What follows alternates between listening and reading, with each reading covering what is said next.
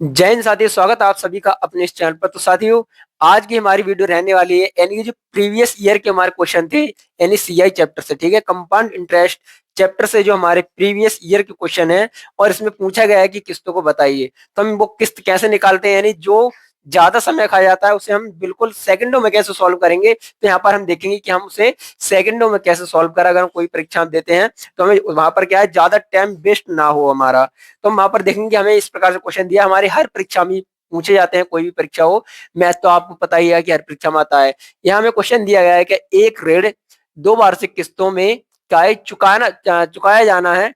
किसी ने कोई राशि उधार ली है मान लो, तो उसे दो वार्षिक किस्तों में चुकाया जाना है। तो वहां पर क्या है, यदि प्रत्येक वर्ष किस्त कितनी हो, 1210 रुपए की हो, और यहाँ पर क्या है, चक्रवृद्धि ब्याज की दर कितनी हो, 10% हो। उसने कितने परसेंट ब्याज की दर पर लिया है, उसने 10% वार्षिक ब्याज की दर पर लिया है। और पूछा है कि उधार ली गई राशि बताइए, उधार ली गई राशि बताइए। तो हम उसे कैसे निकालेंगे, बस यहाँ पर क्या है, जो हमारा मिनटों का क्वेश्चन है सेकंडों में कैसे सॉल्व करते हैं। यहाँ पर देखिएगा, सबसे पहले यहाँ पर हमें क्या दिया है, दर दी है। तो हम यहाँ पर क्या है, दर का फ्रैक्शन कर लेंगे, ठीक है।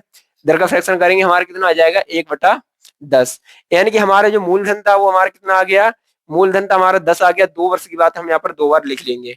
उसके बाद यहाँ पर पूछा है हमारी किस्त है, ठीक है। तो ये वाली हमारी क्या हो जाएगी, किस्त है। किस्त हमारे यहाँ पर क्या है, एक हमारी बढ़ के जा रही है। तो हम यहाँ पर क्या कर देंगे, हमारे 11 हो जाएगा, ठीक है। कितना हो जाएगा हमारा, 11।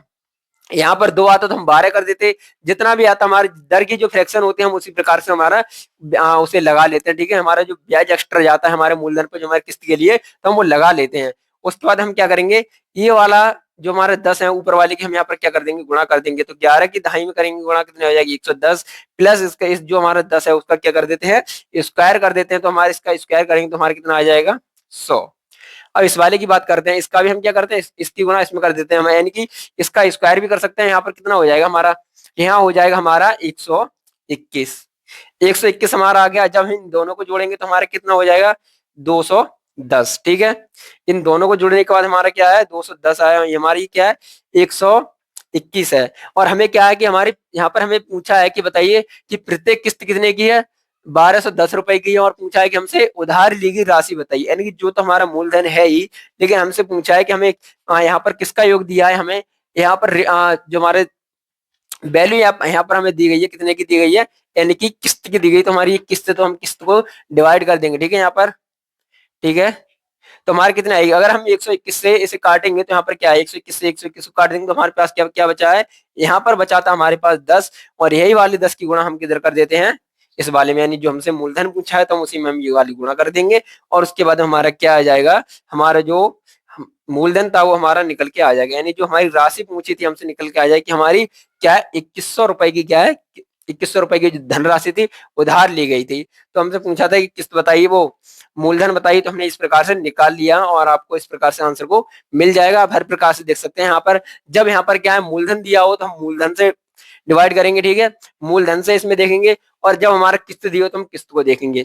इस प्रकार से हमारा अगला क्वेश्चन क्या कहता है, यहाँ पर दिया है कि एक व्यक्ति ने 5300 रुपए की क्या है, ऋण लिया है और दो वार्षिक किस्तों में क्या है, चुकाया जाना है। तो चक्रवृद्धि ब्याज की दर कितनी है, 12% है। यहाँ पर था 10% और यहाँ कितना है, 12% हो। तो किस्त बताइए। यहाँ पर क्या है, यहाँ पर मूलधन दिया है, ठीक है। यहाँ पर क्या मूलधन दिया है, यहाँ पर पूछा है कि किस्त बताइए। और यहाँ पूछा था कि हमसे राशि बताइए। हम इसे कैसे निकालेंगे, हम उसे भी देखते हैं बिल्कुल आसान तरीके से।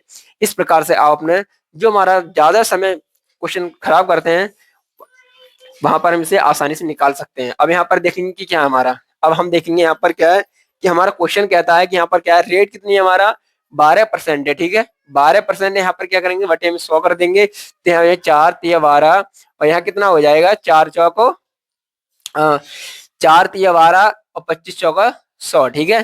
तो हमारे निकल के आया, यानी हमारा मूलधन कितना हो गया, हमारा मूलधन तो हो गया, हमारा कितना था, मूलधन तो हो गया हमारा 25 हो गया, ठीक है। मूलधन हो गया हमारा 25।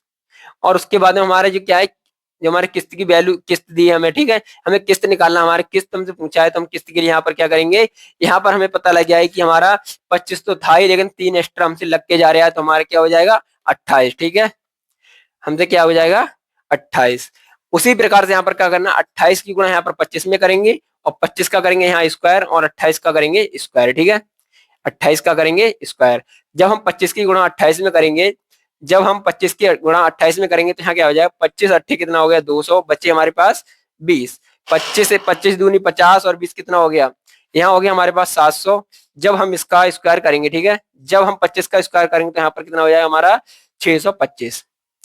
जब हम 28 का स्क्वायर करेंगे यहाँ पर, जब हम 28 को निकालेंगे, ठीक है, जब 28 की करेंगे कितना हो गया, अट्टू अट्टू 64, बचे 6 और 8 दूनी 16 और 6 कितना हो गया 22।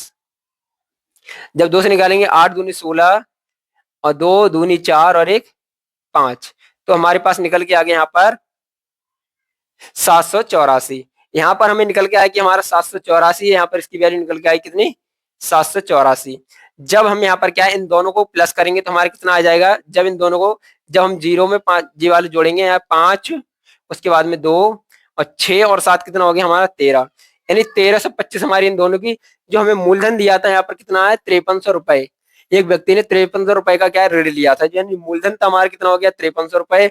जब हम इसको 5300 में भाग देंगे, ठीक है, जब हम इसे 5300 रुपए में डिवाइड करेंगे, ठीक है, तो कितनी बार जाएगा देखेंगे, यानी यहाँ होता है 13 43, 13 चौका 52, यानी 13 चौका यहाँ पर कितना होता है 52 होता है, और 25 चौका 100, वहां से हमें मिला एक, तो हमारा कितना हो गया टोटल हो गया 5300। ठीक है, तो ये हमारा कितनी बार जा रहा है, तो ये हमारा 4 बार जा रहा है, यहाँ पर 4 बार जा रहा है। वही जो हमारा 4 आया था, जिस प्रकार हमने वहां पर जो हमारा मूलधन था उसमें 10 की गुणा करी थी, उसी प्रकार हमारे जो 4 बच के आया है, तो उसकी गुणा हम यहाँ पर क्या कर देंगे, यहाँ पर कर देंगे, तो हमारा हो जाएगा, जब यहाँ हो जाएगा हमारा 4 चौक 16 के 6 बचा एक, 8 चौक 32 और एक कितना हो गया 33, बचे 3, 7 चौक 28 और 3 कितना हो गया 31। तो इस प्रकार से हमें पता लग गया कि हमारी किस्त कितने रुपए की है, तो हमारी किस्त हो जाएगी यहाँ पर 3136, यानी 3136 रुपए की हमारे यहाँ पर क्या है किस्त बन के